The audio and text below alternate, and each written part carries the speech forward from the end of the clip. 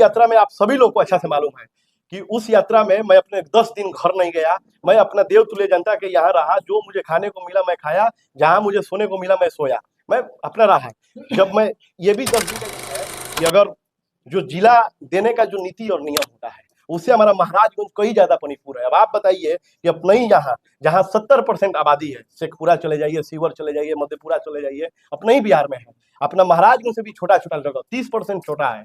ये नहीं कि 1-2%, 30% छोटा है। लेकिन अपने इसी बिहार में उस सब जिला को जिला, उस सब शहर को जिला का उपाधि मिल गया, लेकिन आज तक अपने महाराजगंज को जिला का उपाधि नहीं मिला। तो मैं आप लोग को बताता हूँ और मैं कई बार बोलता हूँ और आप लोग के भी माध्यम से मैं अपने जनता को बोलना चाहता हूँ कि जब यहाँ का नेता, इस बिहार का मुखिया आदरणीय तेजस्वी प्रसाद यादव होंगे, जब डिप्टी सीएम सन ऑफ मला मुकेश सहनी जी होंगे और नीतीश द्विवेदी को आप लोग मौका दीजिएगा, तो मैं आप लोग से वादा करता हूँ कि मात्र 1 साल के अंदर महाराजगंज को मैं जिला बना के। तो ये है कि आज महाराजगंज में मुझे राजनीतिक यात्रा करते हुए आज 1709 दिन हो गया। और जब मैं पहली बार राजनीति करने महाराजगंज में मैं जब उतरा था, तो उस समय मेरे माइंड में कुछ विजन था महाराजगंज को लेके, और ये विजन मेरा देवतुल्य जनता का था।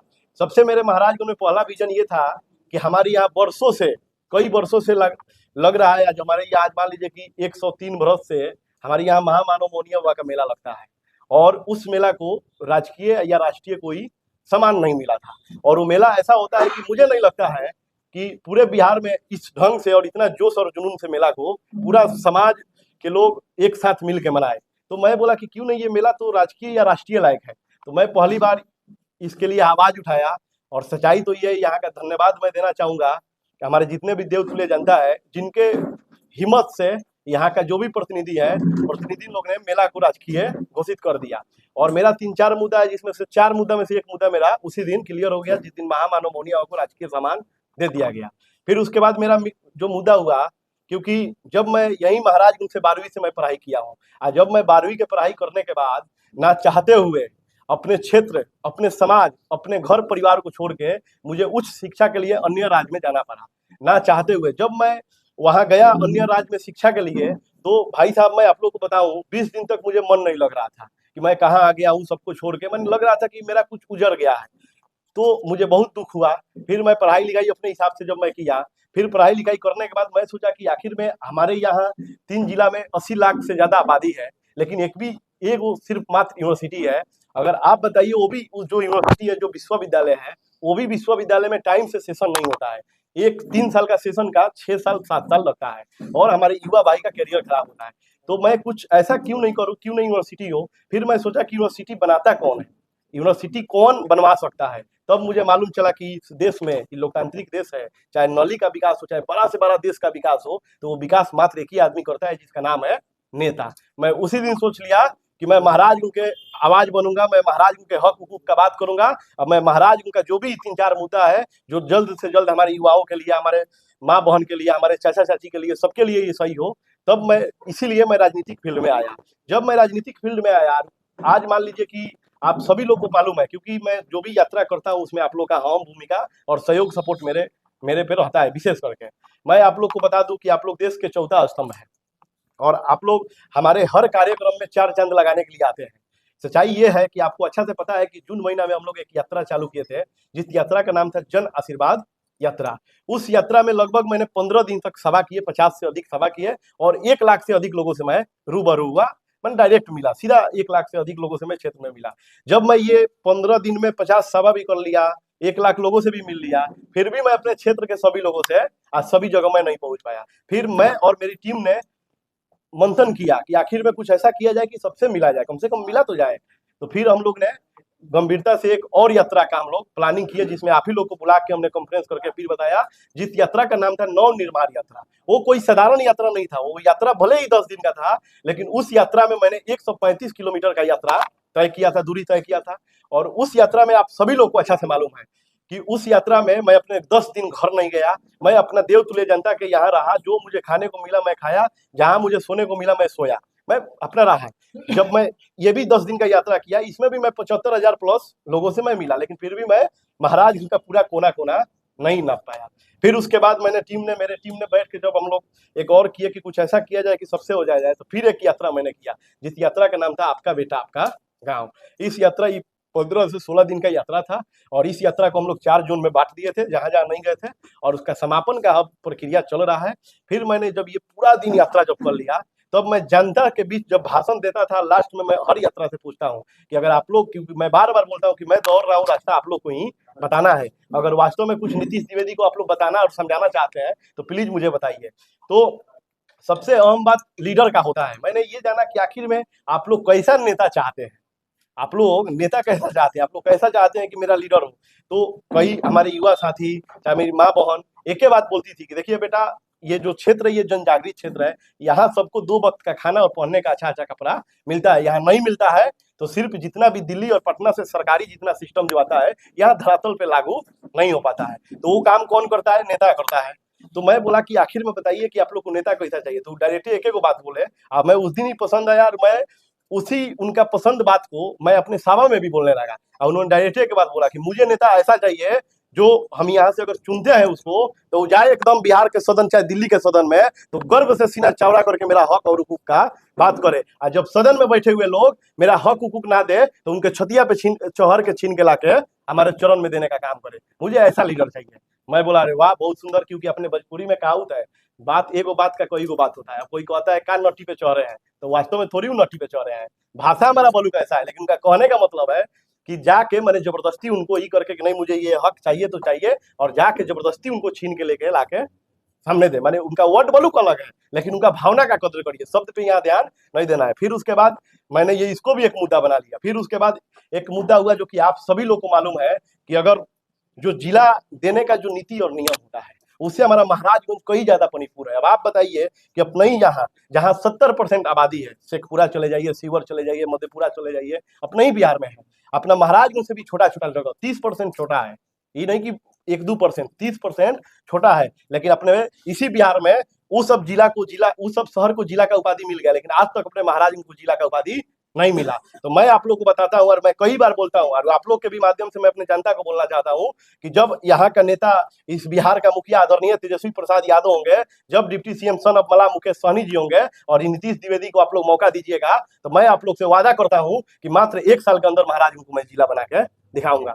फिर मेरा कुछ उद्देश्य हुआ, फिर स्वास्थ्य को लेकर हुआ। आज बताइए कि अपने यहाँ चमचमाहट पूरा एकदम सुंदर सा बिल्डिंग बनाया हुआ, एसी कमरा बनाया हुआ, 75 बेड का महाराजगंज में अस्पताल है, लेकिन एक भी सर्जन यहाँ दिखाई नहीं देते हैं। आज अगर हमारे किसी देवतुल्य जनता को कुछ बहुत बेजोड़ चोट लग जाए, चाहे उनको दिल का दौरा हो जाए, चाहे कैंसर जैसा पीड़ित, मैंने गंभीर बीमारी से पीड़ित हो जाए, चाहे उनका एक्सीडेंट हो जाए, चाहे अपराधियों के द्वारा उनको गोली मार दिया जाए, तो उसका इलाज महाराजगंज में नहीं है। सिवान और पटना जाते जाते बीच में दम तोड़ देता है लोग। ये घटना अधिकतर यहाँ पे देखने को मिलता है। मैं आज जब ये स्वास्थ्य को लेकर मैं सोचा, तो मैं बार बार, अभी मैं जितना भी यात्रा किया उस सब यात्रा में आप लोग पता कीजिएगा, मैं अपने जनता से एक ही बात बोलता हूँ कि जब हमारे आदरणीय नेता तेजस्वी प्रसाद यादव जी जब मुख्यमंत्री बनेंगे, आदरणीय हमारे नेता सन ऑफ मला मुकेश सहनी जब डिप्टी सीएम बनेंगे, और ये बेटा के रुआ लोग हिम्मत देम और शक्ति देम और यहाँ का सेवा करे के मौका देम, तो मात्र 10 दिन के अंदर हम 10-10 सर्जन ला के महाराज हॉस्पिटल में दिखाने का काम करेंगे। ये भी मुद्दा मेरा है, ये भी मुद्दा के तहत मैं 4 दिन लिख लूंगा। मेरा देखिए 3 मुद्दा ऐसा है जिसको लेके मैं 4-12 दिन का ये मेरा सभा होगा। पहले मैं शिक्षा पे बात करूंगा, इसलिए क्योंकि मैं शिक्षा से ही राजनीतिक में आया।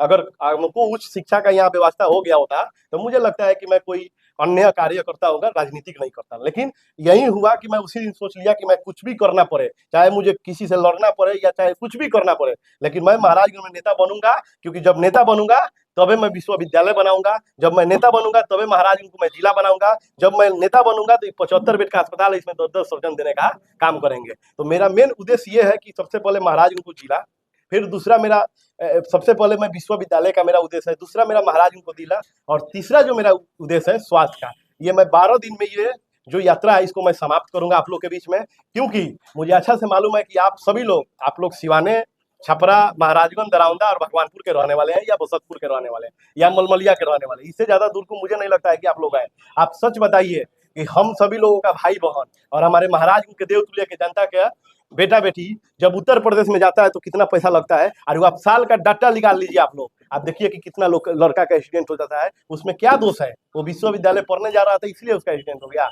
आखिर में इस पे लड़ेगा क्यों? आप सभी को पता है कि अपने छपरा सिवान गोपालगंज का बात किया जाए तो छपरा सिवान गोपालगंज में 24 को विधायक है, 4 गो सांसद है, लेकिन कभी किसी ने विश्वविद्यालय मुद्दा को लेके नहीं सोचा, क्योंकि उनका बेटा बेटी यहाँ नहीं पढ़ाई करता है। उनका बेटा बेटी आप जाइएगा पुणे है, हो सकता है कि देश से भी बाहर हो, यहाँ कोई पढ़ता है तो हम सब भाई लोग को कभी मन में नहीं हुआ कि हम सब युवाओं के हाथ में पेन धराया जाए। आज जाके देखिए महाराज का एक एक जो घटना हो रहा है, अपराधी घटना, इस अपराधी घटना में एसपी भी है, डीएसपी भी है, एसएचओ भी है, विधायक भी है, सांसद भी है, मंत्री भी है, फिर भी ये घटना हो रहा है। आखिर में क्यों हो रहा है? क्योंकि यहाँ कोई अच्छा लीडर नहीं है। जब यहाँ कोई अच्छा लीडर होगा तो ये जितना अपराधी हमारे युवा सब भाई को जो पेन के जगह पे ये लोग हथियार धराने का काम कर रहा है, ये सब रुक जाएगा।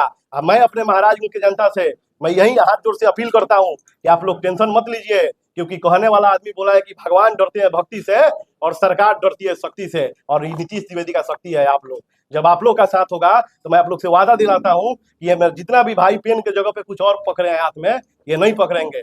मैं आप लोग देखिए हमारे देश के चौथा स्तंभ है। आप लोग को आज तक मालूम है कि अपना सिवान के जो भी राजनीति की ये सारी चीज देखते जा रहे हैं, यहाँ पे उस चीज का बात किया जाएगा। मैं उस सब चीज से बहुत ऊपर उठ के रहा, मैं इंसानियत का बात करता हूँ। मैं सिर्फ ये चाहता हूँ कि हमारा महाराजगंज खुशहाल महाराजगंज बने। हमारा सालों कमिश्री डॉक्टर राजेंद्र बाबू जयप्रकाश नारायण जी का जो पहचान है, इसको धरातल तक एकदम चलते रहे, ताकि इतिहास में बच्चों को पढ़ाया जाए कि हमारे जयप्रकाश नारायण जी भी ऐसा थे, हमारे डॉक्टर राजेंद्र बाबू जी ऐसा थे। आज पढ़ाया जाए कि ऐसी हमारे आदरणीय लालू प्रसाद यादव जी ऐसा थे, आज हमारे डॉक्टर मोहम्मद शहाबुद्दीन साहब ऐसा थे। ये लोग लड़ने के लिए जानते हैं, ये लोग विधायक मंत्री सांसद नहीं था, ये लोग लड़ाई किया। आज देख लीजिए कि अगर गोपालगंज के सामने अगर लड़ना जब चाहा तो गोपालगंज के शान को क्या बोला गया कि ये गरीबों का, दलितों का मसीहा है, उनको सामाजिक न्यायालय के प्रतीक जनता बोलती है। आज मोहम्मद डॉक्टर शहाबुद्दीन साहब लड़ना चाहे तो उनको बोला जाता है, मैं बोलता हूँ कि आत्मबल के, उनके जैसा मुझे आत्मबल चाहिए, क्योंकि वो अपने जनता के लिए आंख में आंख अधिकारी से बतियाना है, चाहे उसके लिए कुछ भी पार करना पड़ता था वो पार कर देते थे। आज आपको भी पता है कि अगर कोई लोकनायक जयप्रकाश नारायण का है तो वो भी अपना सारंग के धरती के थे। आज अगर कोई देश रत्न डॉक्टर राजेंद्र बाबू तो वो भी अपने सारंग के धरती के। ऐसा ऐसा महान हस्ती का नाम हम लोग मिटाते जा रहे हैं। इस पे हम लोग गंभीर मुद्दा से काम करना है, और मेरा मानना यही है कि ये जो मेरा यात्रा चालू हो रहा है, ये यात्रा कल से मेरा चालू होगा। और इस यात्रा में मैं आप लोग को बता दूं कुछ महत्वपूर्ण बात। इस यात्रा में सबसे पहला बात ये रहेगा कि मैं करीब करीब 50,000 लोगों से सिग्नेचर करवाऊंगा ये मांग को लेकर। 50,000 हर मुद्दा पे, चाहे विश्वविद्यालय का मुद्दा हो, चाहे महाराजगंज जिला बनाने का मुद्दा हो, चाहे महाराजगंज में स्वास्थ्य के संबंधी मुद्दा हो, ये सब पर मैं 50,000 मैं लोगों से साइन करवाऊंगा। और ये साइन करवाने के बाद मैं जाके राज्यपाल से टाइम लेकर और मैं उनको मिल के उनको सौंपूंगा कि अगर हमारा महाराजगंज अगर ये तीनों चीज में अगर कमी है तो आप इसको बोलिए, और अगर है तो इसको क्यों नहीं बन रहा है इसके बारे में आप मुझे बताइए। एक और बात आप लोग को बता दूं, महत्वपूर्ण बात, क्योंकि देखिए कहना तो नहीं चाहिए, सच्चाई ये है कि यहाँ के जो भी प्रतिनिधि है वो कुछ करना नहीं चाहते हैं। अगर वो कुछ करना चाहते ना तो वो जितना भी उल जुलूल इधर उधर का बात है उस सब कुछ बात छोड़ के मुद्दा पे आते हैं। आखिर में यहाँ जो क्या नहीं हुआ एक लीडर कर सकता है। आपको अच्छा से मालूम है कि हमारे जो पार्टी है विकासशील इंसान पार्टी, इस पार्टी के मुखिया है आदरणीय सन ऑफ मलाम मुकेश सहनी जी। वो कंटिन्यू संघर्ष करके मैं उनसे प्रभावित होकर ही उनके पार्टी में ज्वाइन किया कि सोचिए कि वो इंसान का मानसिक कितना अच्छा है कि वो अगर पार्टी भी बनाया तो उसका नाम रखा विकासशील इंसान पार्टी। वो यही सोचा कि मैं इंसान को विकासशील करूंगा, और आज वही सोच का समझिए कि आज वही है कि आज इतना ऊपर वो चले गए हैं, अपना रास्ता वहां तक ले बना लिया है। आज हमारे आदरणीय नेता सन ऑफ मलाम मुकेश सहनी जी, जब मैं नया नया पार्टी ज्वाइन किया, आज जब मैं उनके साथ 2-4 सभा अटेंड किया अन्य डिस्ट्रिक्ट में, तो जितने भी दबे कुचले अति पिछड़ा लोग जहाँ रहते थे वहां मात्र एक ही बात हम एगो देते थे कि आप लोग एक रोटी कम खाइए लेकिन अपने बच्चे को जरूर पढ़ाइए, क्योंकि कहने वाला आदमी बोला है कि शिक्षा हो शेरनी का दूध है, जो जितना पिएगा उतना धारेगा। और मेरा मानना है, और लास्ट में मैं यही कहूंगा कि जो हमारे महाराजगंज के लिए कुछ करना नहीं चाहते हैं, जो अपने महाराजगंज को बिगाड़ना चाहते हैं, तो उनके लिए मैं यही कहूंगा कि कोई मौसम हो सुख दुख में गुजारा कौन करता है, कोई मौसम हो सुख दुख में गुजारा कौन करता है, परिंदों के तरह सब कुछ गंवारा कौन करता है। महाराजगंज का राग को तो बाद में देखेंगे ये नीतीश द्विवेदी, पहले मुझे ये देखना है कि महाराजगंज को फूंक देने का इशारा कौन। एक सवाल होगा।